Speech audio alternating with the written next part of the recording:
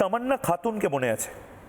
তামান্না খাতুনের মা ভয়ঙ্কর একটি পদক্ষেপ নিতে যান। আমি আবারও বলছি, এই ধরনের পদক্ষেপ বা এই ধরনের জিনিস ঠিক নয়, কিন্তু অভয়ার মা হোক, তামান্নার মা হোক, হরগোবিন্দ দাস চন্দন দাসের স্ত্রী হোক, তাদের আর উপায় কি? তারা বিভিন্ন জায়গাতে ঘুরে ঘুরে একটা জিনিসই দাবি করছেন, বিচার। অভয়া হোক, তামান্না হোক বা হরগোবিন্দ দাস হোক, এদের বাড়ির লোকের কাঁদা ছাড়া, ঘর বন্ধ করে পড়ে থাকা ছাড়া আর উপায়টা কি? তামান্নার মা কি বলছেন অসুস্থ হয়ে যাওয়ার পরে, শুনি। এত মানসিক চাপ দিয়েছে আমাকে, আমি বাধ্য হয়ে আত্মহত্যা করার চেষ্টা করেছি। 7 মাস হচ্ছে, তো 7 মাসের মধ্যে আমি আত্মহত্যা করার চেষ্টা কোনোদিন ভাবিনি। আজকে এত মানসিক চাপ দিয়েছিল, পরশুদিন আমি আত্মহত্যা করার চেষ্টা করেছি। কালকে আনিসুর, হাফিজুল, জিয়ারুল, ফকর, সাবির, রাজা, রফিক, এরা সবাই মিলে এত মানসিক চাপ দিয়েছে। আমি চাই সবাই মিলে আমার বিচার করুন। আমি এখন সবার কাছে অনুরোধ করে বলছি, সবাই আসুন, সবাই এসে আমার মেয়ের বিচারটা পাইয়ে দেন।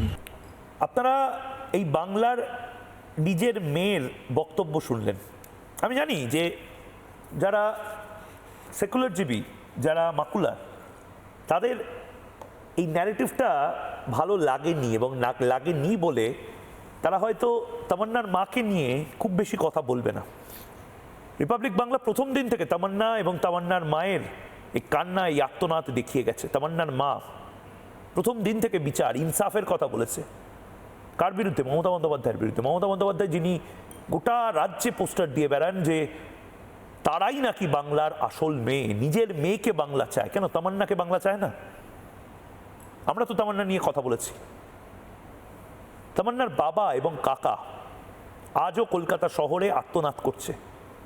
কতগুলো মোমবাতি মিছিল হয়েছে, কতজন সেলিব্রিটি এসেছে আমি জানি না, কিন্তু এটা জানি যে তামান্নাও আমার বাংলার মেয়ে ছিল, তামান্না আমার বোন ছিল। তামান্নার মা এই বাংলাতে যে অবস্থার মধ্যে আছে, শুধুমাত্র আছে মমতা বন্দ্যোপাধ্যায়ের জন্য। যে বললাম না, ধর্ম যার যার, টর্চার সবার, ধর্ম যার যার, শোষণ সবার, নির্যাতন সবার। মমতা বন্দ্যোপাধ্যায় আসলে সেকুলার টর্চার কাকে বলে দেখাচ্ছেন, তামান্না হোক বা হরগোবিন্দ দাস হোক, তাদের ক্ষেত্রে। তার বাবা এবং কাকা কি বলেছেন শুনি।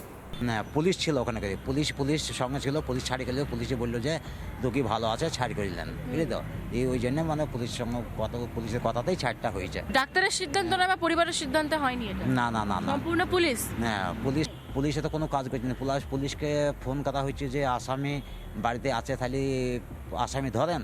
তা বলছি আপনারা সঠিক খবরটা দেন, সঠিক খবর যদি দেবো তাহলে আপনার কী করতে আছেন। আসামি তো বাড়িতে ঘোরাফেরা করছে, এমনি ঘোরাফেরা করছে। আসামিওয়ালাই বলছে যে তামান্নার বাবাকে, তামান্নার মাকে মার্ডার করে দিলে আমাদের মানে কেস থেকে আমরা জামিন পেয়ে যাব, আবার দেপিয়ে ভোট করতে পারবো। সামনে ভোট আসছে, হ্যাঁ, ভোটে দেপিয়ে ভোট করতে পারবে। এই জন্যে আরও মানে করছে। তামান্নার বাবাকেও কি মারার হুমকি আসছে? হ্যাঁ হ্যাঁ, তামান্নার বাবাকে মাকে মারার হুমকি তো আসছে। আপনারা তামান্নার কথা বলছেন, আমরা হরগোবিন্দ দাসের কথা বলছি। আমরা তামান্নার কথা বলছি, আপনারা হয়তো হরগোবিন্দ চন্দন দাসের কথা বলছেন। কিন্তু বেসিক প্রবলেমটা কি জানেন তো? আমরা একে অপরের সাথে একই কথা বলছি। এই বাংলাতে হরগোবিন্দ দাস এবং তামান্নাদের পরিণতি এটা হচ্ছে, ধর্ম বর্ণ নির্বিশেষে মারা যাচ্ছে। তার কারণ মমতা বন্দ্যোপাধ্যায় থাকলে বাংলা এবং বাঙালিরা ভালো থাকবে না।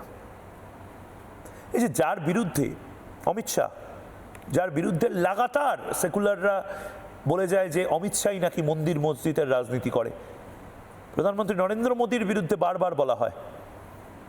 সত্যি কি তাই? যে প্রেস কনফারেন্স অমিত শাহ যখন এসেছিলেন, সেই প্রেস কনফারেন্সে একটা প্রশ্ন উঠেছিল, মন্দির মসজিদের রাজনীতি নিয়ে কি বলবেন? অমিত শাহ বলেছিলেন কে করছে, কারা করছে। এবং দ্বিতীয়ত, নির্বাচনের আগে এই মন্দির মসজিদের রাজনীতি কেন নিয়ে আসা হচ্ছে? উন্নয়নের কথা পিছিয়ে দেওয়ার জন্য। এখানে শিল্প নেই, সেটা পিছিয়ে দেওয়ার জন্য। সত্যি তো আমাদের বাংলায় কি সমস্ত শিল্প হয়ে গেছে? সত্যিই তো আমাদের বাংলায় কি সব চাকরি বাকরি সবাই পেয়ে গেছে? দেখুন, মন্দির বা মসজিদ নিয়ে আমার কোনো প্রবলেম নেই, আপনাদেরও নিশ্চয়ই নেই। এখানে আরও 100টা জগন্নাথ দেবের মন্দির হোক, এখানে আরও বেশি করে দুর্গাঙ্গন হোক, এখানে যে যতগুলো মাজার বা মসজিদ বানাতে চায় হোক, কিন্তু পকেটে টাকা থাকতে হবে তো। প্রসাদের জন্য, ভোগের জন্য, চাদর চড়ানোর জন্যও তো টাকাটা লাগবে। সবার কাছে সেই টাকাটা আছে? এই বাংলায় আমরা এমন একটা সময় কথা বলছি যেখানে অনেক সংখ্যালঘু ভাই বোন, এবং এটা নিয়ে আমি বারবার রেফার করেছি, অনেক সংখ্যালঘু ভাই বোন তারা তাদের খুশির পরব শেষে বা তাদের 1 মাসের এই উপবাস শেষে বিকালবেলা সামান্য একটা ভালো ফল কিনতে পারেন না, খেজুর কিনতে গেলেও দুবার ভাবতে হয়। কেন এরকম পরিস্থিতি থাকবে? গুজরাটের মুসলিমদের তো এই পরিস্থিতি নেই। উত্তরপ্রদেশের মুসলিমদের পকেটে যে পরিমাণ টাকা আছে, কেন আমাদের বাংলার মুসলিমদের থাকবে না? ওয়াকফ থেকে শুরু করে বিভিন্ন কিছুতে তাদের খেপিয়ে দেওয়া হচ্ছে, এটা কেন জিজ্ঞেস করানো হচ্ছে না যে তাদের পকেটে কিভাবে টাকা আসবে, তাদের শিল্প আসবে, তাদের ছেলেমেয়েরা কিভাবে আইএস হবে? এটা নিয়ে কথা বলতে হবে মমতা বন্দ্যোপাধ্যায়। অমিত শাহ কি বলেছেন শুনবো, এবং তারপর এই বিতর্কে আসবো। चुनाव से पहले ही बंगाल में मंदिर मस्जिद की राजनीति शुरू हुई है। आपको पता होगा मुर्शिदाबाद में बाबरी मस्जिद का एक मिनट मंदिर और मस्जिद दोनों की राजनीति कौन कर रहा है? एक तृणमूल से निकले हुए एमएलए कर रहे हैं और एक तृणमूल कांग्रेस कर रही है। तो सवाल का एड्रेस गलत है, सवाल तो सही है।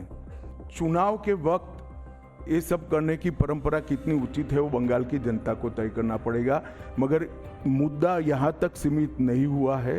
युवाओं की रोजगारी का है, महिलाओं की सुरक्षा का है, घुसपैठ का मुद्दा है, भ्रष्टाचार का मुद्दा है, इंडस्ट्रीज के पलायन का मुद्दा है, गिरते जा रहे इंफ्रास्ट्रक्चर के स्तर का मुद्दा है। ढेर सारे मुद्दे हुए, कहीं से बच नहीं सकते।